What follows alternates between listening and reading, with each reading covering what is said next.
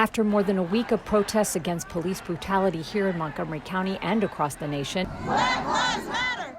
The council has introduced legislation that would require the Montgomery County Police Chief to adopt a policy regarding the use of force. We want de-escalation to be the rule, not the exception, and not depend on who you are.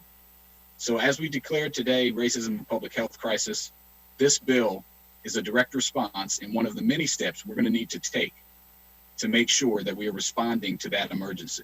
And so protecting and serving is not erring on the side of pulling out my handgun first.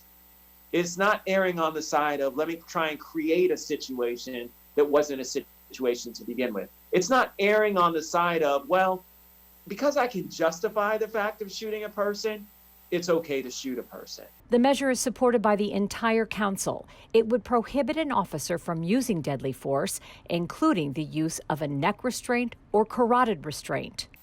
We don't want you to think that going to the neck on a person is the right thing to do. Putting a person in an MMA chokehold is the right way to command a situation. When people watch these videos, like everybody asks the same question, right? Like, was that necessary? Like, how come they did that?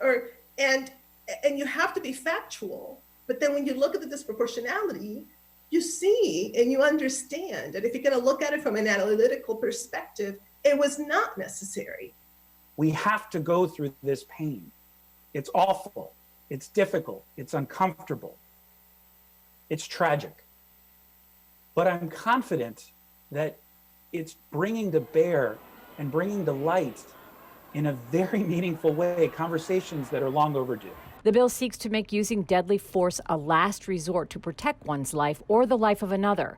There must be no reasonable alternative for less lethal force at the time of police action. This is a direct response on the accountability side and on the use of force side to protect life for all of our residents.